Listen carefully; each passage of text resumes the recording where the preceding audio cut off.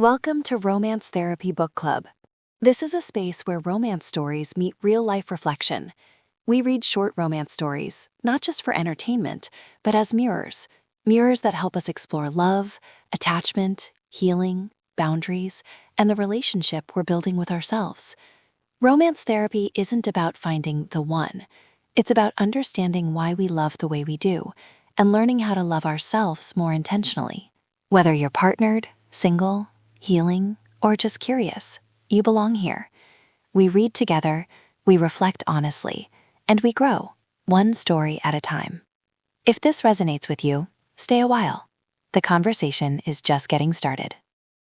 Between the pages and his arms. The soft rustle of pages was the only sound in the room. Outside, rain tapped gently against the window pane, adding rhythm to my quiet Saturday.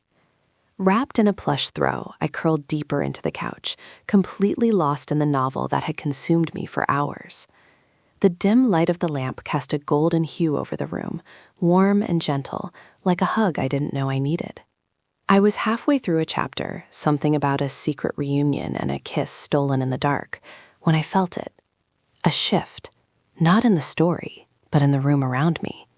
The air changed. He was here. Not physically, not at first, but his presence, the one I had imagined over and over again, seemed to seep through the words of the page and take shape in my reality. He was in my mind, but not just there. He had stepped out of the story, right out of the pages, right into my world. He left the words dormant to join me in the flesh. I blinked, my eyes drifting up from the book to the other end of the room, and there he was, standing like he belonged, like he'd always known I would call him forward. I was excited, nervous, breathless.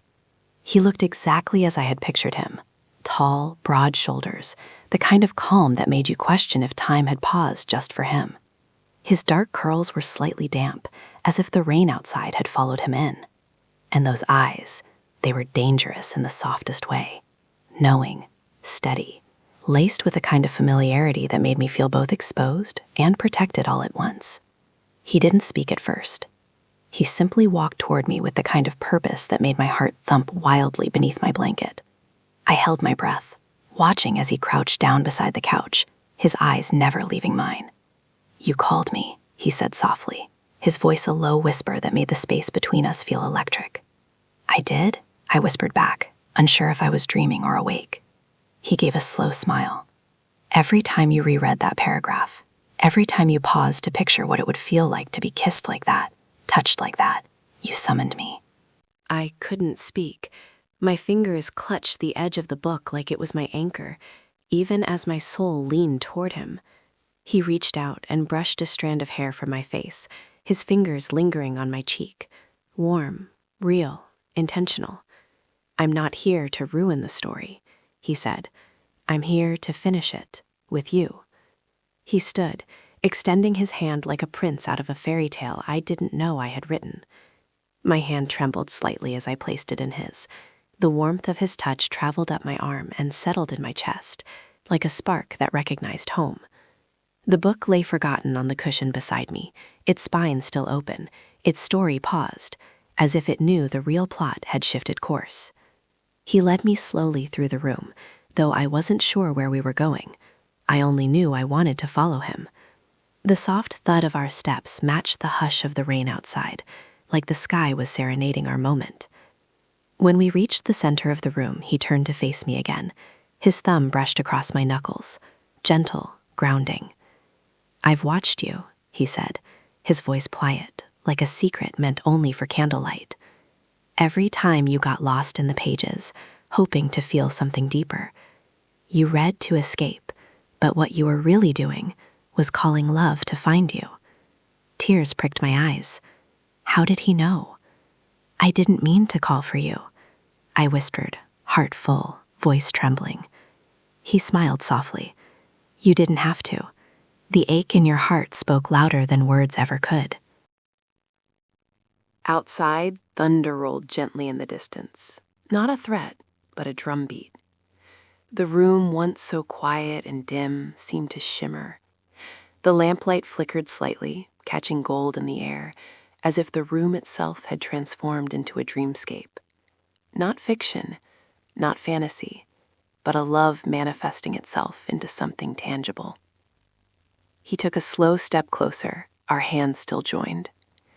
"You've written so many happy endings for other people. Let me be the beginning of yours." I didn't answer with words. I didn't need to. Instead, I leaned into him, laying my head against his chest, letting the steady rhythm of his heartbeat pull me deeper into the moment. We stood like that, swaying gently to music only we could hear, in a room that no longer felt like mine alone. Time didn't stop. It just slowed down enough for love to enter.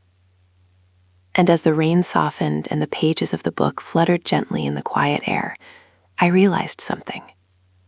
The greatest love stories aren't always found between the covers of a book. Thank you for listening and for being part of this growing community.